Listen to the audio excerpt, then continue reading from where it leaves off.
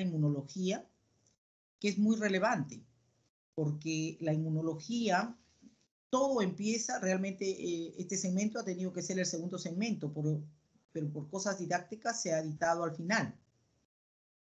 Pero realmente hay muchas cosas que ya lo sabemos y lo hemos sabido, ¿por qué? Porque ya hemos hecho muchas prácticas y muchas partes teóricas, sobre todo en lo que es la parte de los seminarios, en cómo influye mucho la parte inmunológica en el ser vivo en general, ¿no? Sobre todo en el ser humano.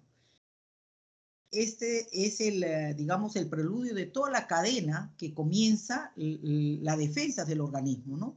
Siempre yo le digo a los alumnos, las principales vías de defensa de los organismos son tres básicamente, por donde puede entrar el germen. Uno es la piel, o sea, el antígeno o el inmunógeno puede entrar por la piel, otro es por la vía respiratoria y otra es por la vía digestiva, ¿correcto? Ahí empieza toda nuestra cadena de defensas diarias de todos los días, porque todos los días estamos en contacto con el medio ambiente, ¿correcto? Va a depender del tipo de trabajo, de lo que hagamos habitualmente, de nuestra parte social, ¿no? De nuestras exposiciones diarias, de nuestras comorbilidades, etcétera, que tendría que nombrar muchas, en la que va a influir muchas cosas de que estas barreras se pierdan, ¿correcto? Entonces, son las tres barreras importantes por donde las vías van a ingresar estos inmunógenos, que es la clase de hoy día, y la que el cuerpo va a comenzar digamos, a responder en forma, digamos, en eslabones, ¿no? En cada uno, en cada día, cómo va a responder para que podamos tener el equilibrio y tener lo que es lo que parte desde la enfermedad a la salud o la salud a la enfermedad. Ese equilibrio lo va a dar el organismo y eso va a depender del terreno, en este caso de lo que es el ser humano y de las comorbilidades que pueda tener, ¿correcto? Entonces, este es importante, seguramente anticuerpos, ojalá que lo dicte el doctor, porque creo que todavía no lo ha dictado, pero igual yo voy a empezar con antígenos, ¿correcto?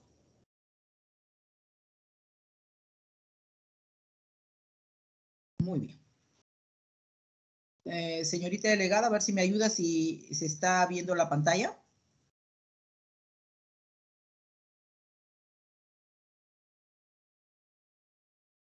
Hola. ¿O algún alumno me responde si está viendo mi pantalla? Sí se ve, doctor. Sí se puede hacer. Perfecto, muy bien. Muchas gracias, era lo único que quería. Muy bien, entonces la clase de hoy es inmunógenos, ¿perfecto? Muy bien.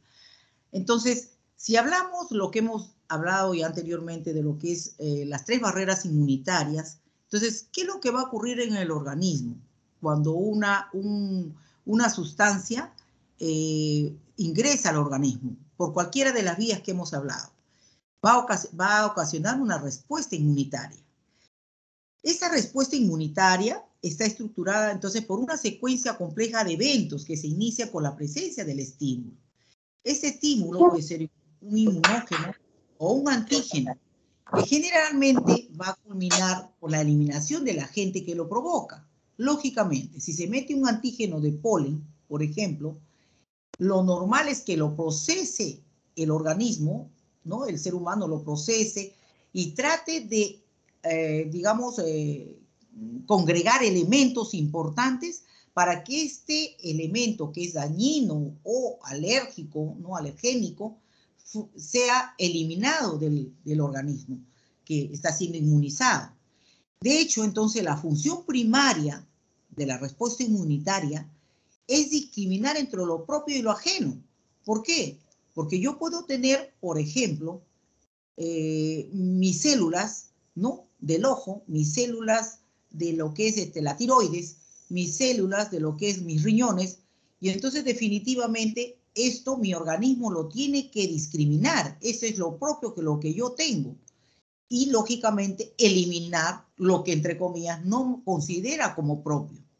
Pero muchas de las veces esta función primaria, esta respuesta inmunitaria de discriminar entre lo propio y lo ajeno, comienza a desvirtuarse de tal manera que hay sustancias que en el transcurso, lógicamente, de la parte de la evolución de la vida en la que se forma el óvulo con el espermatozoide, lógicamente van a estar sustraídos en lo que es la parte de la circulación general, de tal manera que hay elementos que no están, ¿cómo se llama?, presentes y pueden ocasionar la formación como si fueran antígenos y ocasionar anticuerpos y crear lo que nosotros llamamos las enfermedades autoinmunes, ¿correcto? Entonces, su función primaria es esta, discriminar entre lo propio y lo ajeno, pero siempre va a haber elementos en la que puede ocasionar que se puedan formar anticuerpos contra nuestras propias células, ¿correcto? Por lo tanto, si es que estamos diciendo que la función primaria de la respuesta interior es discriminar entre lo propio y lo ajeno, lo último, ¿no? Eliminar lo último es lógicamente igual en un microorganismo, porque estamos haciendo microbiología, es eliminar al microorganismo, ¿no?, o al tejido o a la sustancia ambiental que ha ingresado al organismo para ser eliminado.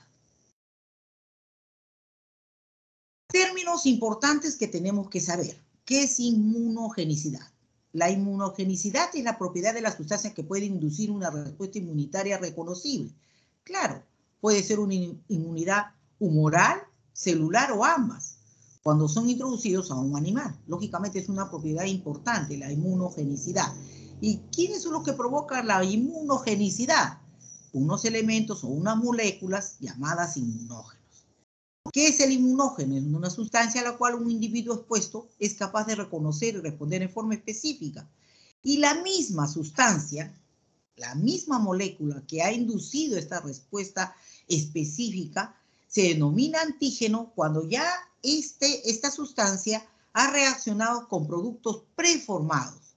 Antes nosotros lo llamamos antígenos a todos, ahora ya le llamamos inmunógenos. Los separamos un poquito, ¿por qué? Porque los inmunógenos inducen anticuerpos. Los antígenos provocan una reacción de productos ya preformados.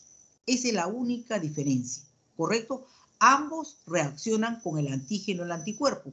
Y ahí le agregamos otra sustancia más, que después lo vamos a hablar. Ahorita hablemos de las dos propiedades importantes que tienen estos inmunógenos o antígenos. Primero, estimular la producción de anticuerpos y dos, reaccionar con el anticuerpo en forma específica. Estas reacciones inmunológicas en las que el inmunógeno y el antígeno está presente puede producir dos reacciones importantes. Uno, que es una hipersensibilidad retardada, que es la producción de anticuerpos a pesar de que tenemos cantidades más o menos adecuadas o de repente en poca cantidad, en la que hay una respuesta excesiva a la reacción antígeno-anticuerpo, pero en forma retardada, que después de repente, ojalá que el doctor también pueda hablar acerca de eso, porque es una clase especial, pero también lo que nosotros llamamos la famosa tolerancia inmunológica, que también era materia de una clase, pero de repente lo pueda nombrar un poquito acá, que es la tolerancia inmunológica, es la incapacidad de producir una respuesta específica frente a un antígeno, ya sea propio o ajeno, ¿no? Y esta es inducida justamente por el contacto del antígeno que estuvo presente, pero esta tolerancia inmunológica no es algo innato, generalmente es adquirido en el transcurso de la vida. Va a depender mucho de la respuesta que tenga de modo natural, ¿no? Cuando este sistema de antígeno-anticuerpo se autolimita automáticamente por la incapacidad de responder ante las propias células que están habitualmente en la reacción, ¿correcto? Otro tema importante, aparte de los inmunógenos, de los antígenos, tendríamos que hablar acerca del apteno. El apteno deriva de una palabra griega, apteno, absten, ajustar. Es una sustancia de un peso molecular inferior al de un antígeno que puede reaccionar específicamente con el anticuerpo, pero no induce formación de anticuerpos, a no ser que esté fijada otra molécula, generalmente una proteína o una proteína portadora. Lo puse como ejemplo a la penicilina, pero tendría que poner un ejemplo de aptenos a muchas sustancias, sobre todo fármacos que usamos frecuentemente, en la que, como son sustancias ajenas al organismo, que hemos dicho al principio, la función primaria del organismo o de los inmunógenos o de la respuesta inmunitaria es discriminar entre lo propio y lo ajeno.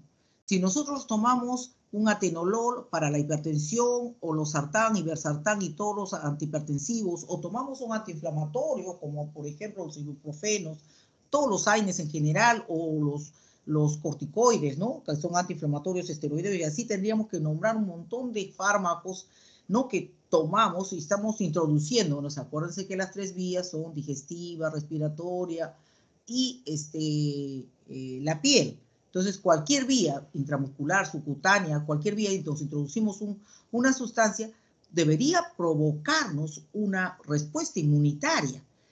Gracias a Dios, estos aptenos, que son sustancias que no provocan la inducción de anticuerpos porque son de bajo peso molecular. Pero, ¿qué es lo que sucede con estas sustancias de bajo peso molecular? Muchas de las veces estas sustancias se acoplan a otras proteínas en el transcurso de su ingestión, de la introducción, y pueden provocar cuadros de reacciones, digamos, inmunológicas, respuestas inmunológicas. A eso le llamamos sensibilización. Sensibilización. Se van sensibilizando los pacientes. Yo, por ejemplo, hoy me puedo colocar una penicilina. A los 2 años me he colocado una penicilina. Qué sé yo, a cierta edad me coloqué otra penicilina y a la 4ª vez me trae un shock anafiláctico. Porque hemos sensibilizado, ¿no? Poco a poco a esta sustancia que es ajena al organismo y nos va a provocar una respuesta inmunológica, ¿correcto? Por eso lo tenemos que nombrar al apteno. Lógicamente existen los aptenos simples con un solo determinante antigénico o epítopo, que es la sustancia donde se acopla el antígeno al anticuerpo con el parátopo, que ahorita lo vamos a ver. No precipita el anticuerpo, y los antígenos o los aptenos complejos, que son con diversos determinantes antigénicos o epítopos, y que precipita con los anticuerpos. Muy bien. Para entender un poco mejor a los antígenos, lo he clasificado en 2 formas. Uno, ¿qué es lo que confiere inmunogenicidad a estos antígenos o a estos inmunógenos? Y para hablar un poquito acerca de la especificidad de estos inmunógenos y estos antígenos, ¿correcto? Entonces, para entenderlo un poquito mejor. Nosotros lo hemos hablado en diversas formas ahora que hemos estado en todo este proceso, tanto de bacteriología general, todo, pero ahorita estamos tratando de discriminar todo lo que es solamente inmunógenos, nada más, porque es inmunología básica lo que hacemos. Entonces, no voy a meterme en otros asuntos para no entreverarlos, ¿correcto? Entonces, vamos a hablar acerca qué es lo que confiere la inmunogenicidad. ¿Qué patrones tenemos? ¿Cuáles las cosas más importantes que nos van a conferir la inmunogenicidad? Después hablaremos de la especificidad. Muy bien. ¿Qué factores condicionan inmunogenicidad? Primero, el sistema inmune debe reconocer las moléculas de los microorganismos. Estamos hablando de microbiología, lógicamente. Un microorganismo nunca va a ser normal. Pero acuérdense ustedes que nosotros tenemos gérmenes que viven con nosotros en el intestino o en algún otro lugar en la que nosotros no le creamos anticuerpos. Si los anticuerpos están controlados ante otros microorganismos, son la flora normal del organismo, ¿correcto? Entonces, hay organismos microbianos que están latentes en nuestro organismo, pero que no se disparan y no se van a nivel, digamos, a la circulación, porque están encerrados en un ambiente de tal manera que no pueden invadir otras sustancias. Cuando se rompe esa barrera, por eso les digo, por medicamentos, por enfermedades, por comorbilidades en general, o por, digamos, baja de inmunidad por alguna enfermedad, por enfermedades ¿no? Autoinmunes.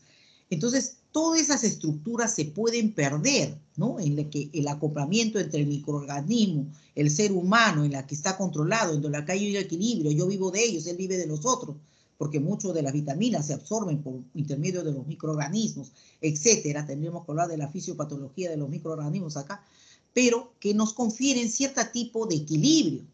Entonces, eso se pierde, y al perderse, lógicamente, produce la enfermedad, ¿no? hay muchos gérmenes, microorganismos, que invaden el tejido de lo que es el intestino y pueden irse hasta el pulmón y provocar, pues, sobre todo en los geriatras, lo que es neumonías, bronconeumonías, ¿no? O miocardiopatías infecciosas, qué sé yo, ¿no? Entonces, una de las cosas importantes para los factores que confieren inmunogenicidad son los tipos moleculares.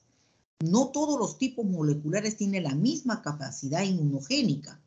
Por ejemplo, las más inmunógenas son las proteínas, dentro de las categorías de inmunogenicidad, lo que confieren inmunogenicidad mayor. Los hidratos de carbono poseen menor capacidad inmunogénica y los lípidos y los ácidos nucleicos están al final, son los menos inmunógenos. Pero si nosotros consideramos que un microorganismo está constituido, muchos de ellos, de proteínas, de carbohidratos y de lípidos, entonces tendremos que estudiarlos casi por completo a todos los microorganismos. No todos son iguales. Es por eso que incluso nos sirven para la clasificación o serotipificación de los microorganismos, ¿correcto? Entonces, 2. ¿Cuáles son los requerimientos por la inmunogenicidad? La inmunogenicidad no es una propiedad inherente de una molécula como son sus características físico-químicas. Es globulosa, es redonda, es cuadrada, es lineal, no. Esto depende muchas veces de la misma molécula, si es una micromolécula, si es una macromolécula, qué sé yo, pero también cómo va a ser inmunizado nuestro ahorita no, si estamos haciendo un estudio, nuestro conejo, nuestro cobayo, nuestro ser humano, cómo va a ser inmunizado. Por eso es que las vacunas, cuando también se crearon, también se hicieron estudios en animales vivos para ver cómo era su respuesta inmunológica a lo que se le estaba inyectando, porque se le estaba inyectando parte de un antígeno, de una molécula viral. Entonces, de un virus, ¿no? Aparte de eso, el organismo, que también depende mucho del organismo que está siendo inmunizado. No es lo mismo un cobayo con ratón que un ser humano, no es lo mismo. Y lógicamente, ¿cómo detectamos esta respuesta? También es importante. No es lo mismo uno que otro. Es importante saber qué tipo de, digamos, sustancia estamos empleando para determinar qué cantidad de anticuerpos me ha producido. ¿Qué factores confieren inmunogenicidad? Eso es importante. Primero, la exogenicidad. Ante todo, la molécula debe ser reconocida como una molécula extraña, ajena al individuo. Si no, de nada estamos hablando. En general, moléculas que han sido diferidas ampliamente en los distintos linajes evolutivos son como buenos inmunógenos, sobre todo en especies heterólogas. Lógicamente, hay cambios moleculares evolutivamente conservados, también como el colágeno, el citocromo, que no son buenos inmunógenos también. Entonces, evolutivamente hemos visto que hay cambios en cuanto a la exogenicidad.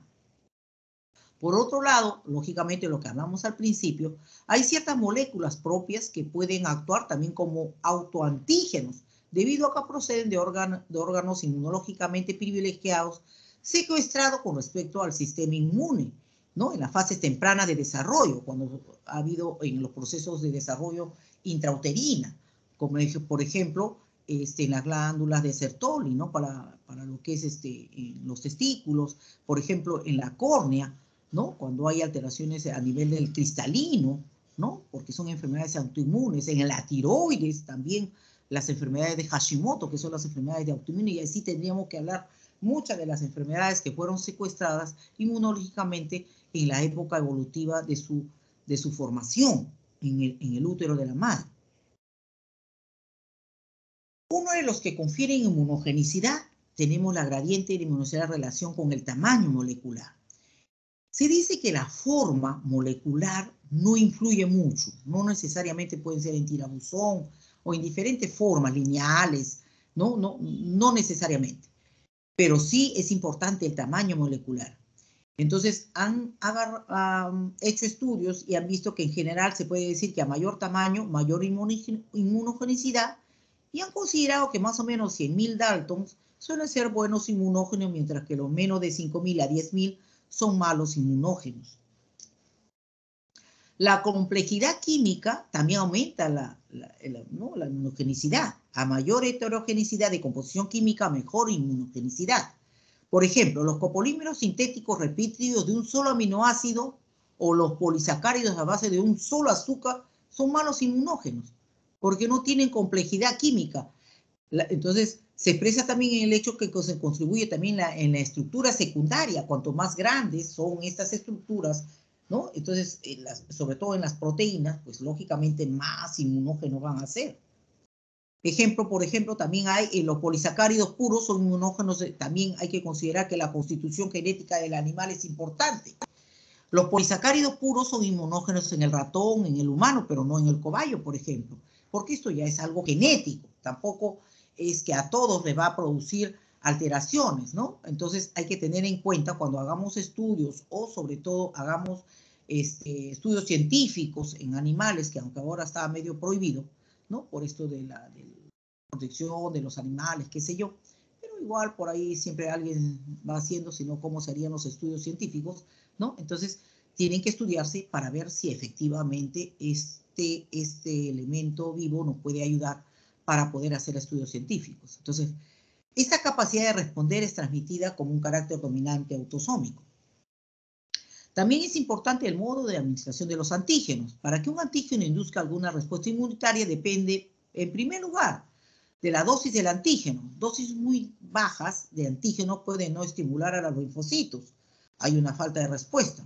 O pueden inducir también tolerancia, que acabamos de hablar, ¿no? Que es la capacidad de producir una respuesta específica, ¿no? Frente a un antígeno, ya sea propio o ajeno, pero que sea poca cantidad.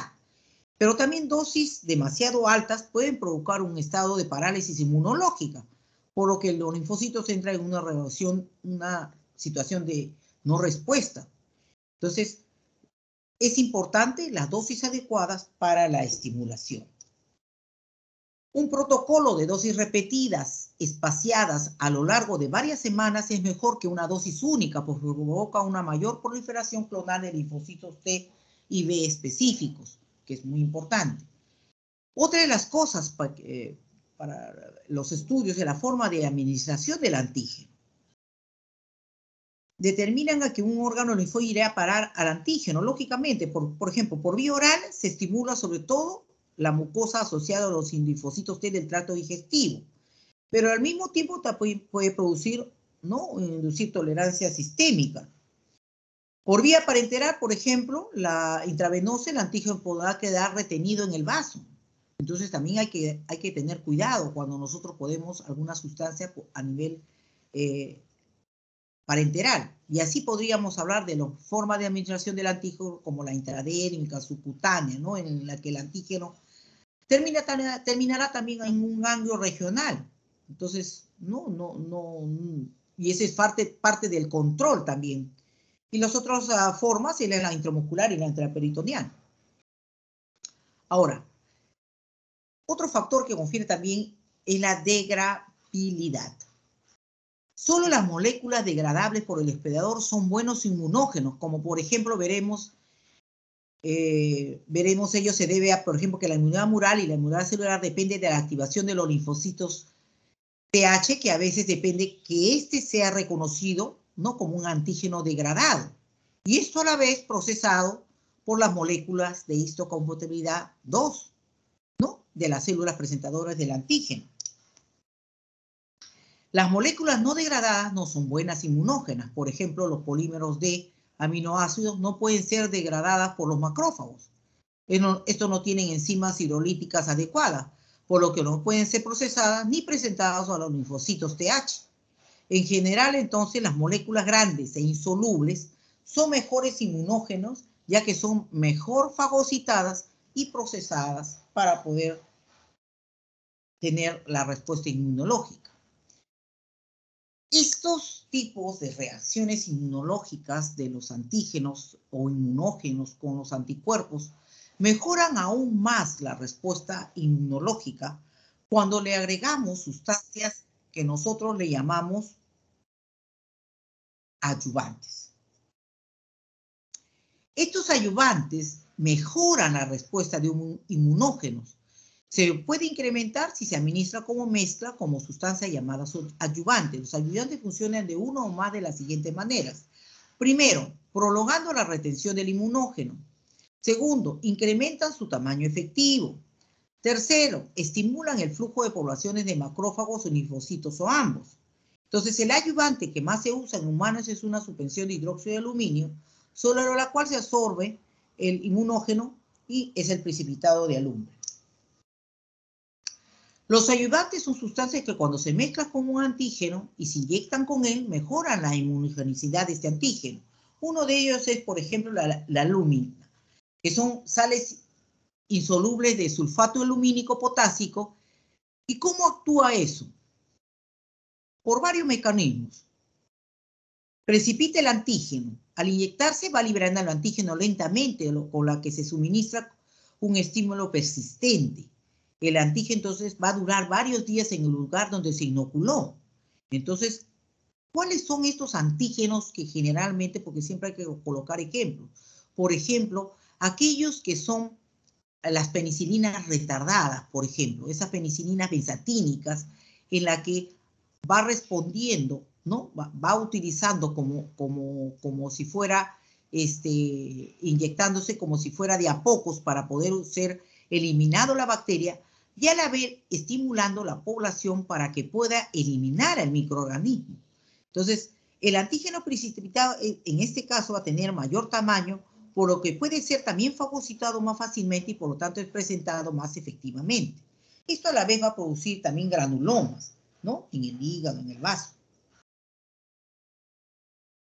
Uno de los ayudantes más conocidos es los ayudantes de Freund.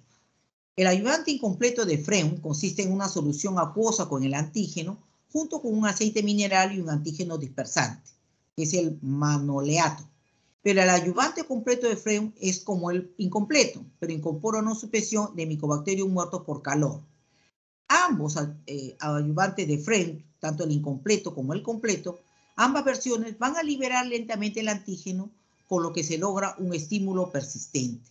Existen otros ayudantes como la polirribonucleótidos sintéticos que estimulan la proliferación de los inespecíficos de los linfocitos y, lógicamente, el tema de hoy, que son los lipopolisacáridos bacterianos, que también tienen el mismo efecto de la proliferación inespecífica de los linfocitos.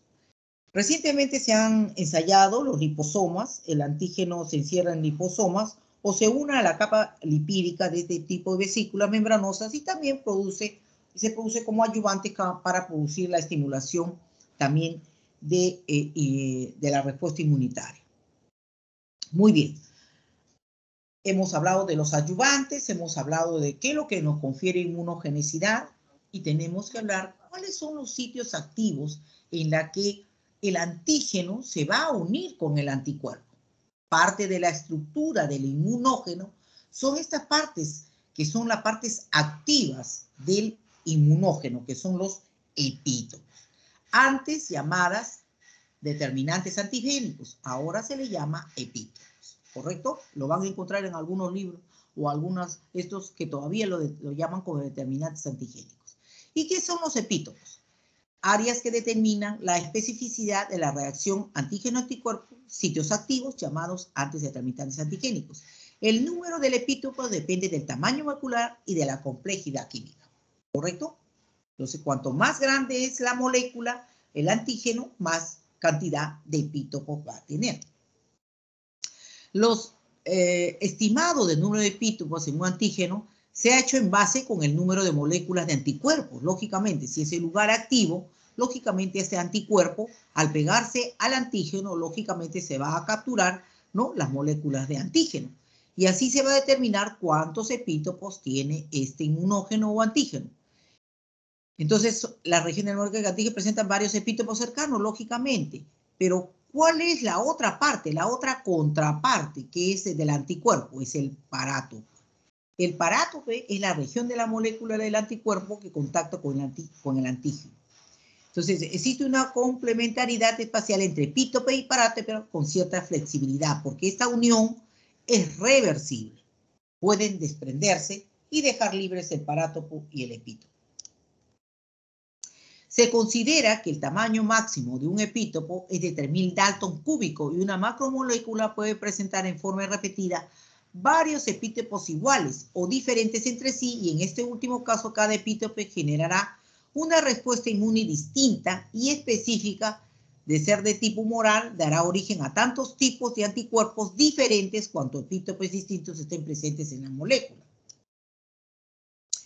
Por ejemplo, los epítopos de los linfocitos B reconocen epítopos sobre antígenos nativos, pero es mucho mejor cuando una molécula, por ejemplo, en este caso es grande, cuando tiene una muy buena calidad de extraño, ¿no? Que es extraña, y sobre todo si es una proteína, mejor que el polisacárido o el glicolípido, ¿no? Y las partes de su estructura que sobresalen tienen alta densidad de epítopos, sobre todo en las proteínas. Estos son los epítopos de los linfocitos T. Los epítopos de los linfocitos T es diferente. Los linfocitos helper, TCDH, y los linfocitos citotóxicos supresores TCD8 necesitan que el antígeno vaya asociado a una molécula de histocompatibilidad. En el caso del TCH, TCD4 es el clase 2 y el TCD8 la clase 1. Diferente entonces los epítopos de los linfocitos T. El receptor de los linfocitos T no reconoce el antígeno nativo, como es en el caso de los linfocitos B. Esto va a necesitar un procesamiento previo del antígeno en la célula presentadora del antígeno, que lo va a transformar en un péptido lineal. El TCR reconoce al péptido, o sea, el receptor de los linfocitos T reconoce al péptido antígeno sobre la superficie de la célula presentadora del antígeno, que va también asociada a una molécula de histocompatibilidad, sea de clase 1 o sea de clase 2. ¿Cuál es la propiedad de estos epítopos? Tres cosas importantes. Muchas más de repente hay, pero he seleccionado las tres más importantes: conformación, accesibilidad y tamaño de los epítopos. La conformación, la parte de la molécula, se afecta a la presentación del antígeno, por ende la especificidad del anticuerpo. La accesibilidad, los epítopos deben ser accesibles a los anticuerpos, y aquí sí tiene un poquito, es un poquito mejor la accesibilidad si es que estos no son muy complejos en cuanto a su estructura, sus formas, porque pueden ser globulares, pueden ser como tirabuzones, entonces estos epítopos tienen que estar un poquito más expuestos, pero a veces cuando las moléculas son más grandes, entonces lógicamente van a tener más cantidad de epítopos y la respuesta es mucho mejor. Entonces, eso en algo equipara, ¿no?, a la diferencia que decíamos nosotros anteriormente, que el tamaño confiere más inmunogenicidad, y en este caso los epítopos necesitan más accesibilidad para el acoplamiento con el anticuerpo, ¿correcto? El tamaño de los epítopos, se hizo un estudio para ver el tamaño en general y se hizo con una reacción de Dextran-antidextran y viéndose con polímeros de glucosa, y se vio el tamaño, pues lógicamente, de que tenían los epítopos, ¿no? Y así se pueden hacer reacciones con diferentes tipos de sustancias para ver el tamaño del epítopo de acuerdo a cada molécula. Muy bien. Hemos hablado entonces de la inmunogenicidad, lo que confiere la inmunogenicidad, los ayudantes, los sitios activos, lo que son los epítopos. Y ahora vamos a hablar lo que es la especificidad, ¿no? Moléculas que son responsables de nuestra reacción antígeno-anticuerpo, y no podríamos dejar de hablar acerca de la especificidad de especies, ¿correcto? Tendríamos que hablar del entero antígeno, que es el antígeno derivado de una especie distinta a lo que pertenece al animal. Esto siempre lo van a encontrar, ¿no? El entero antígeno, ¿no? Antígeno derivado de una especie distinta a lo que pertenece al animal inmunizado, que forma los esteroanticuerpos. El isoantígeno es un antígeno que despierta isoanticuerpos en un individuo de la misma especie que difiere genéticamente del donante, ¿no?, de la misma especie, de los seres humanos, lógicamente. Ahí están los famosos, ¿no?, respuestas inmunológicas en los pacientes trasplantados, y etcétera, ¿no? Y los autoantígenos, que es un antígeno derivado de los tejidos generalmente alterados o ligeramente alterados de un animal, que estimula la producción de anticuerpos ante sus propios tejidos, ¿no? Y podríamos hablar ahí, por ejemplo, de los tejidos alterados, por ejemplo, ¿no?, en los traumatismos, ¿no?, de rodilla, ¿no?, de alteraciones que pueden producir trastornos del colágeno, etcétera, ¿correcto? Tendríamos que hablar muchas cosas más acerca de eso. Entonces, comencemos a hablar, si estamos hablando de la especificidad, ¿quiénes son los inmunógenos proteicos, los que más conocemos? Estamos hablando de microbiología, así que nos referiremos más que nada a lo que es microbiología. Hablemos entonces de los antígenos proteicos, de las moléculas proteicas, que es lo que nos confieren mayor inmunogenicidad. Pero acuérdense que los microorganismos pues tienen de todo. Tienen proteínas, tienen hidratos de carbono y tienen lípidos.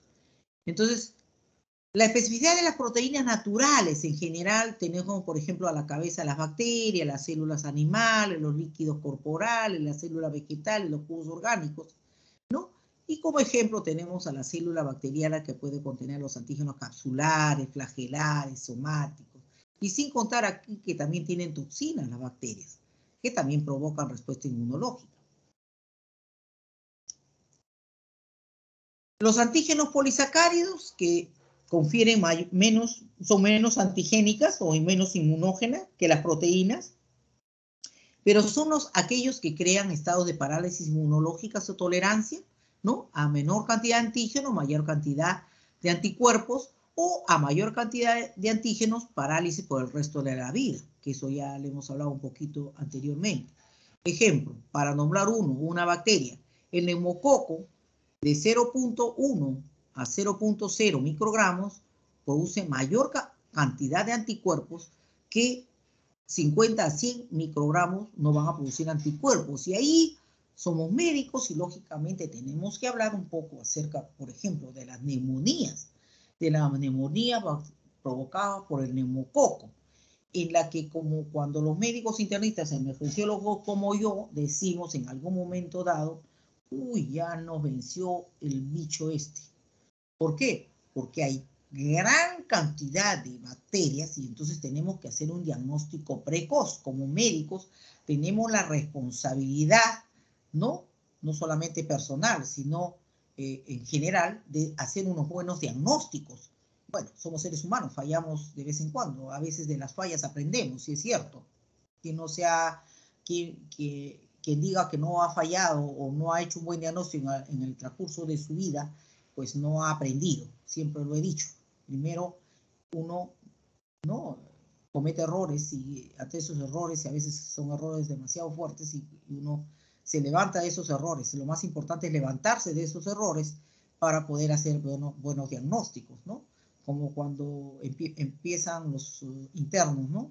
Cuando empiezan los internos, ¿no? Y a veces los mayores no le tienen tolerancia a los pobres internos, ¿no? Que lógicamente son internos, ellos no son todavía brillantes, no tienen la experiencia que tiene uno. Uno viendo nomás al paciente ya dice, ah, no, este paciente tiene tal cosa, ¿no? Entonces, eso hay que hacerlo, ¿por qué? Porque puede ocurrir lo que está ocurriendo, por ejemplo, con este caso con el neumococo. ¿Por qué?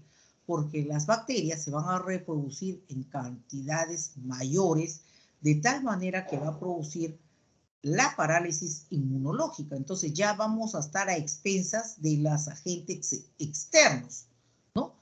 Lógicamente, el neumococo va a producir una sepsis, un shock séptico, y lógicamente ya vas a ir contra las consecuencias de lo que está produciendo tu shock séptico, lógicamente con sustancias que no precisamente van a matar a la bacteria, sino van a matar van a tratar de evitar matar ¿cómo se llama? Al paciente.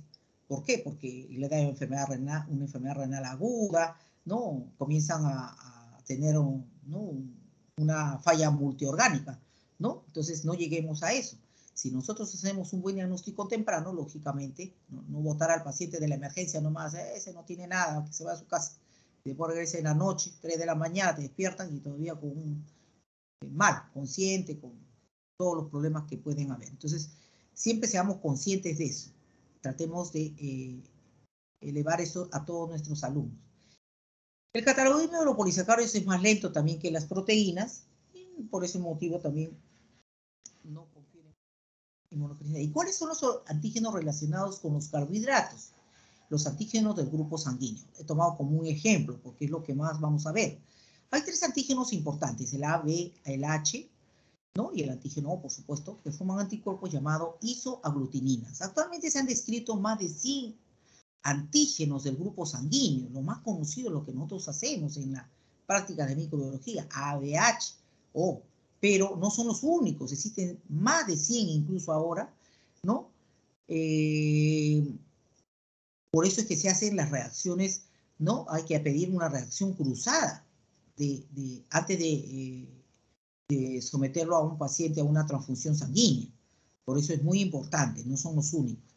Por eso estos antígenos de grupo sanguíneo y los hemos clasificado. El grupo 1 son los antígenos de grupo sanguíneo que han sido investigados químicamente con más amplitud, que son los antígenos secretores, que son el 80% de los individuos A, B, H y O, que se encuentra también no solamente en el suero, sino en la saliva, meiconio, jugo gástrico, orina, quistes pseudomucosos.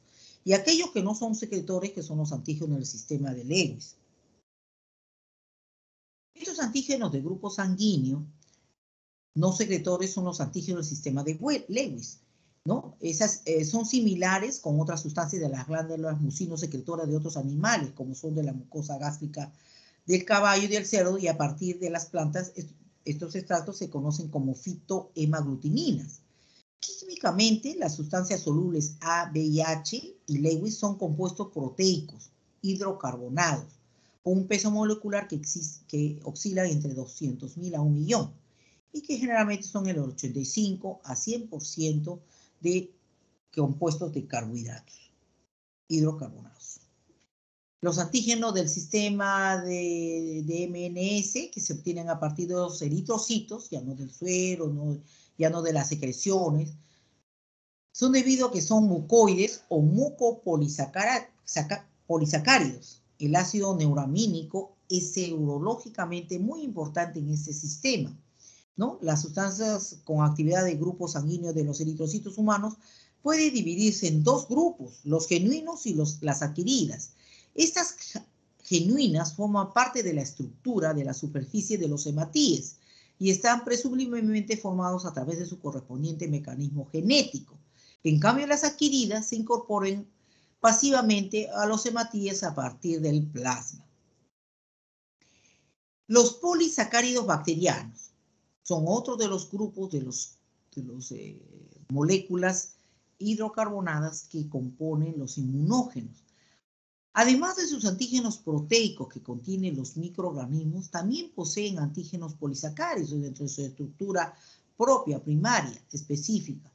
Tanto así que nos va a dar incluso algo muy importante para los estudios de los microorganismos, en lo que nos van a clasificar o serotipificar a los microorganismos en especies o en grupos, ¿no?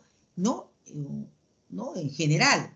Voy a tomar, por ejemplo, nuevamente el antígeno del neumococo capsular, ¿no? Que nos da los rasgos virulentos morfológicos, lo que constituye, por ejemplo, su cápsula, y la cápsula está compuesta de polisacáridos, que proporciona, por ejemplo, un aspecto mucoide a las colonias, también la morfología ayuda también, y a la vez nos da la serotipificación. Nos da y nos clasifica en 74 tipos serológicamente reconocidos actualmente. Los polisacáridos que se han caracterizado más para el estudio completamente son el S2, el S3, el S8 y el S14 en cuanto a lo que es el neumococo, sobre todo capsular. Y hablando de los antígenos somáticos de las enterobacterias, también nos da las diferentes clasificaciones de los tipos de las enterobacterias, tanto de la salmonella, de la shigella, de la arizona, de la klebsiella, de la Escherichia y de todas las enterobacterias que ya hemos hecho el estudio. Todos, lógicamente, son gram negativos. No todos son móviles, viven en el intestino.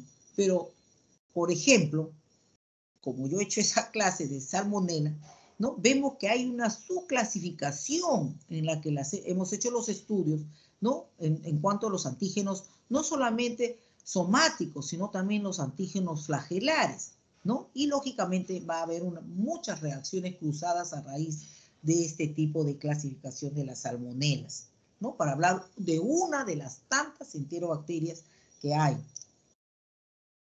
Las bacterias gram negativas también están caracterizadas frecuentemente también por poseer un potente tóxico conocido como endotoxina, compuesta por fracciones lipídicas, también polisacáridos y proteínas. La posición lipopolisacárida determina la especificidad de los antígenos de grupo, por ejemplo, de las salmonelas y de los géneros relacionados. Y los antígenos lipídicos, que son los menos inmunógenos, pero no por eso muy importantes, porque también nos da muchos estudios y reacciones cruzadas con diferentes tipos de bacterias. Y ahí estamos hablando, por ejemplo, de los que he hecho las clases, por ejemplo, el Corynebacterium, como por ejemplo con las micobacterias, ¿no? Que tienen compuestos lipídicos entre sus estructuras y nos va a producir una reacción cruzada, lógicamente, a la hora que se hagan los estudios, ¿no? De reacciones inmunológicas. Lógicamente, muy pues separados de las clínicas entre uno y otro. Pero si estamos haciendo los estudios científicos, lógicamente tenemos que nombrarlos, que ambos están compuestos de antígenos lipídicos bastante buenos, los ácidos micólicos, por ejemplo, y que nos hacen las reacciones cruzadas entre las bacterias. Estos antígenos lipídicos existen de los simples y los compuestos, como por ejemplo los aceites neutros, las grasas y las ceras de origen animal y vegetal, y los compuestos pues ya un poquito más, ¿no? más sofisticados. Hablamos de los fosfolípidos, de los glicolípidos. Los lípidos demostraron que no eran buenos inmunógenos ni muy específicos, pero se han demostrado que los actinolipídicos se pueden convertir en antígenos complejos simplemente mediante una mezcla con proteínas in vitro, y se ha denominado esta mezcla como una inmunización por combinación. La reacción es lenta con la posición lipídica como con la proteína, que también hace una buena reacción. Entonces esa combinación es buena. Muy bien, muchas gracias. Son las 13:50, 50 minutos de clase. No sé si hubiera alguna pregunta. Señorita delegada. No, doctor, no, doctora, bueno, ninguna pregunta. Bueno, muchas gracias a todos, jóvenes. Les augurio muchas cosas, dispuesta siempre a ayudar a mis alumnos. Bueno, los voy a extrañar también. Así que muchas gracias. Cuídense bastante. Hasta luego y feliz Navidad para todos. Muchas gracias, doctora. Feliz Navidad igualmente. Hasta luego. Muchas gracias, doctora. Compañeros. Gracias, doctora. Esperen un momento, por favor.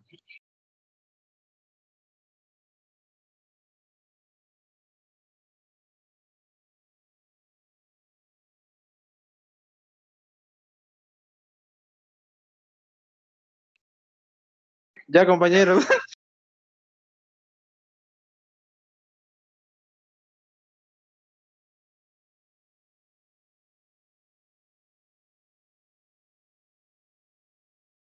Ya, compañeros, pueden retirarse, ya descargué la lista.